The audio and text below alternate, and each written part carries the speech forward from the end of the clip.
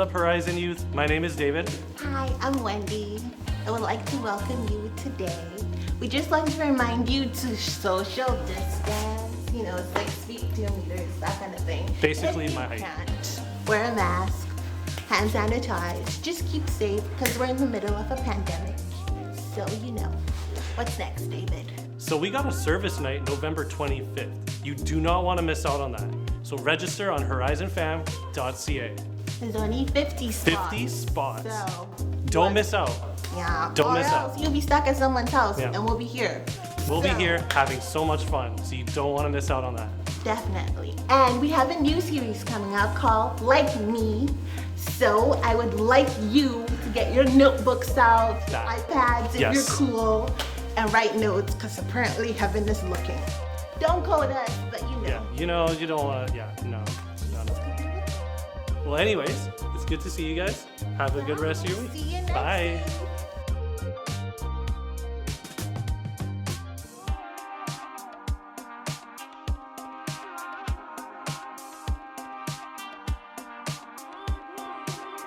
Hi everyone, it's Alexandra here and we're going to start a new series here at Horizon Youth called Like Me. But before we get to that, I just wanted to talk about a couple things that are unfair. One thing I can always think of is maybe like me, sometimes you study a lot and your friend comes in, they don't study at all and they get a B and maybe you barely pass or fail. Or maybe you have a brother or a sister that you share a car with them, but they never put gas in, so you always have to. Or if you're the oldest sibling like me, you may have had this experience where I had to wait to get a lot of things, whether it was makeup or certain clothes or a phone. And for some reason, my sisters seemed to get those much quicker than I had to. They did not have to wait until they were 13 to get a phone. And it's just crazy how those things happen. It was just unfair.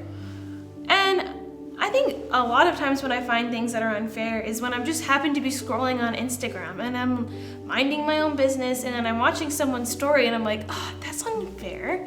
Maybe this has happened to you before, where you're like, I can't believe they got those new shoes. That's insane. They just got something new last week. That's so unfair.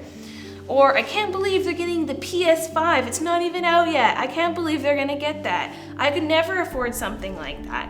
Or maybe he got to go to a concert that I'm dying to go to. Or why are they all hanging out playing video games? Why wasn't I invited? What's wrong with me? Or their family always hangs out together. Why can't my family be like that? Or this one is for me. She looks good in everything. I don't even have clear skin, let alone look good in an outfit. How do they always look good no matter what? He's got the newest this, she has the newest that. You know what I'm talking about. It can all just seem unfair.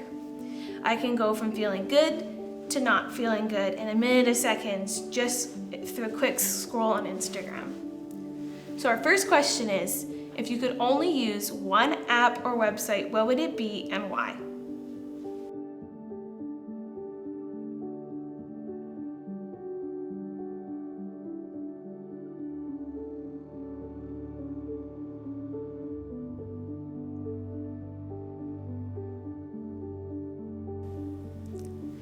When we start to compare and we talk about how things are unfair, in addition to feeling upset with our lives and what we do, we start to assume everyone else has the perfect life. We look what they put online and then match it up to our lives, and it doesn't line up. Their lives always look better, they always look better, and we buy into this reality that their lives are greater than ours. When we feel less than or left out, there's often three things we do when we are starting to compare. We may overachieve. Maybe you're an overachiever. Seeing everyone else's perfect life makes you want to be perfect, so you just keep striving, you keep working and hustling to try and be the best one out there, and you start projecting that maybe you'll be on the same level. Or you just do nothing. You start to internalize things. Maybe watching everyone else out there makes you think, why do I even try? Why do I even put anything on social media? I'm just gonna shut it down, and you just try to ignore everything. Or maybe you're one that starts to make it roll around in your head again and again and again. Whether it's the anxiety, the sadness, the jealousy, The images stay with you and you just find yourself not being able to think about anything else. No matter how we respond to it, the result's the same. We just feel bad. And that's what comparison can do. That's the tricky thing about comparing ourselves to someone else, is we know ourselves completely. We know ourselves too well. We know the highs, the lows, and everything in between. And we know that places of social media are made to just display the highlights of life. That's not new information. You guys have heard it before. But that doesn't stop us from doing everything that we can to make sure people only see the highlight reels of our life, even though that we know that everyone else is trying to do that. We're not going to post about the fight we got in with our best friend. We would rather just post a selfie of ourselves that we took 30 likes to do and 30 takes and the different filters and all the different things that Instagram and different things can do. Or maybe in a different scenario, you just start making jokes because you want to look happy and just on top of life all the time, because that's what everyone else is doing, even though you're really sad about something that happened with your parents the night before. We've all perfected the art of projecting the life we want others to think we have, even if it doesn't match the life that we actually have. And that's the crazy thing, is that even though we know that, we forget that everyone else is doing the exact same thing as us. They're posting their best life, not their real life. But somehow our brains trick us into believing that their highlight reels are actually the whole story. Let me say this another way. When we compare ourselves to others, we believe things about ourselves based on someone else's half-truths. Comparison has become such a norm in our culture, we don't even realize we're doing it. Competition just seems to be part of life. To have the best highlight reel, to have the best image of ourselves wherever we go. We're more celebrated for being the best than being real and who we truly are. The good news is that we're going to talk about in a few minutes is not only going to help us recognize what we're doing, but also understand what to do about it. In a world of social media, this can seem impossible and unrealistic. So our next question is, out of the 3 responses that we talked about, what is your typical response to comparison?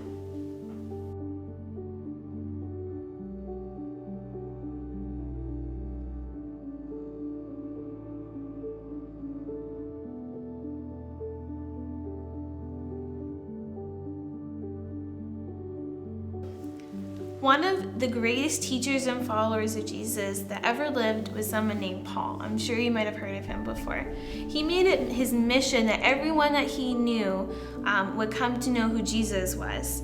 He literally traveled around the world helping to establish relationships with all different types of people groups in different regions of the world.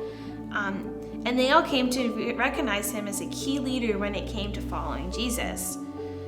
So with all of the traveling that came to maintain the relationships with people and offer them the life-changing news of who Jesus was, he also sent a lot of letters to try and keep everyone connected because he wasn't able to be there all the time. He connected with them through letters, like how we connect a lot of the time through social media.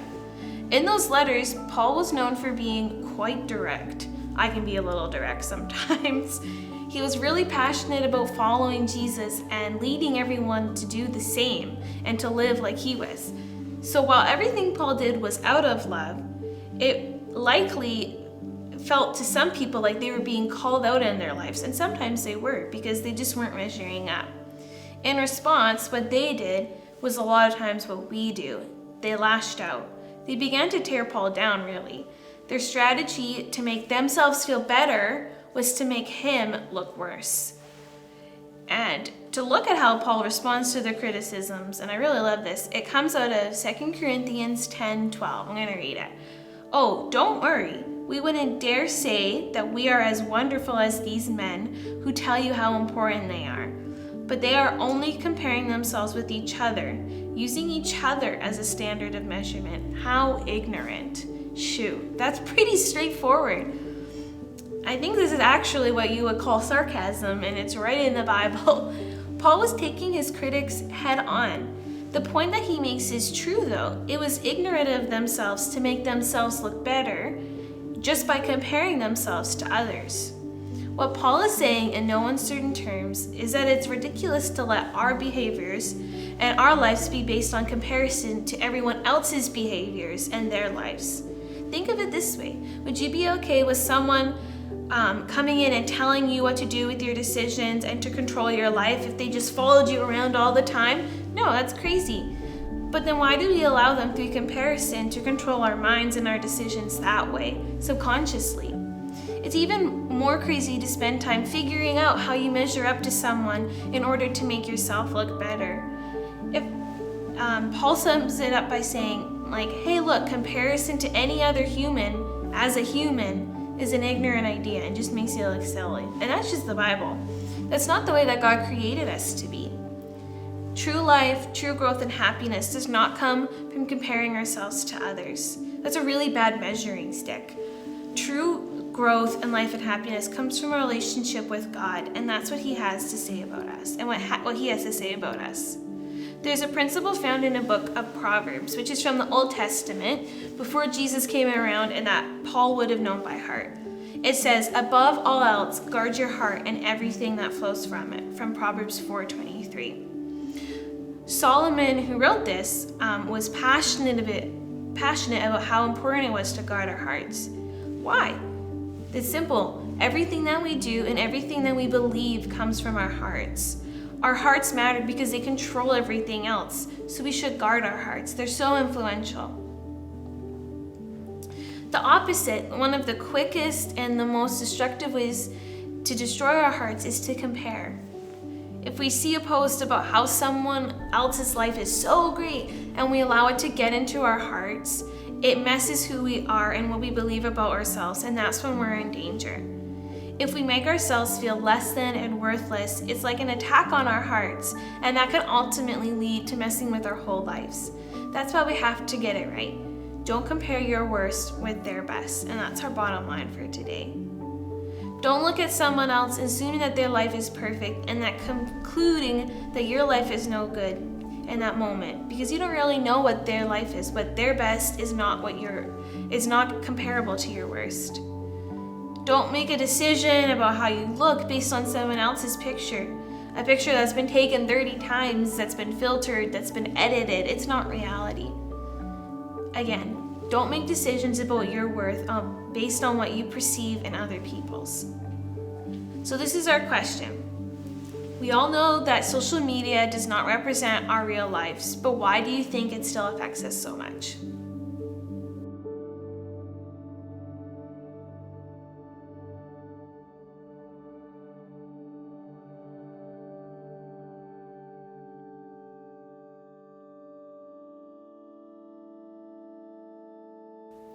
We all know things to say about how we shouldn't compare ourselves to others.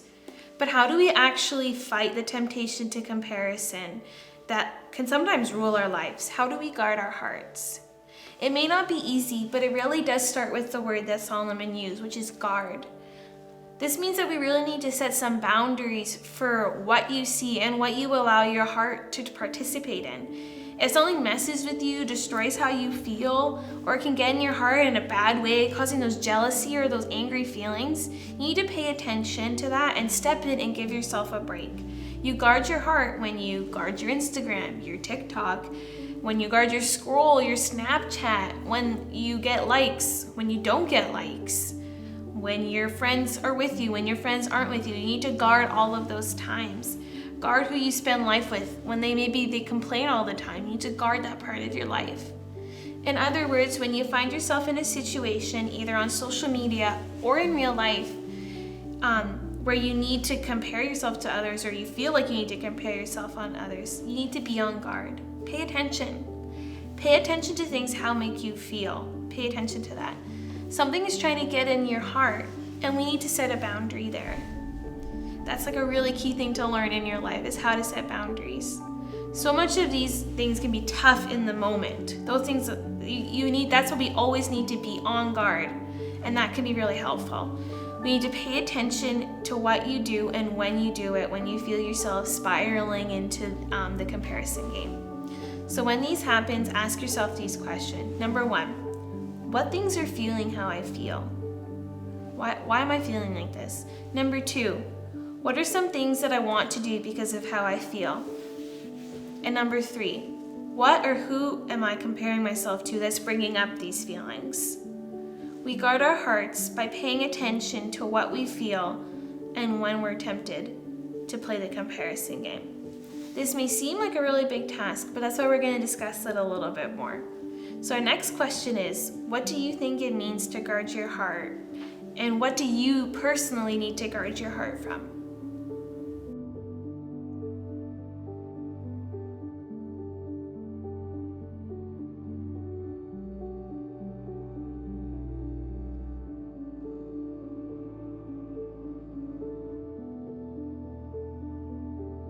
You aren't the only one who struggles to compare your life with someone else's. It's something that I still have to deal with.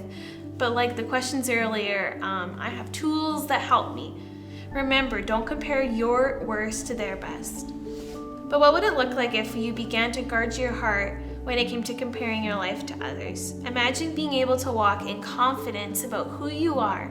Imagine how different your day would be. Let's pray.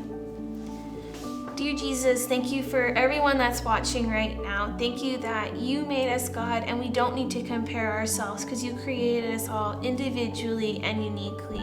I pray that you would just bless all the discussion and all the rest of the night. In your name, amen.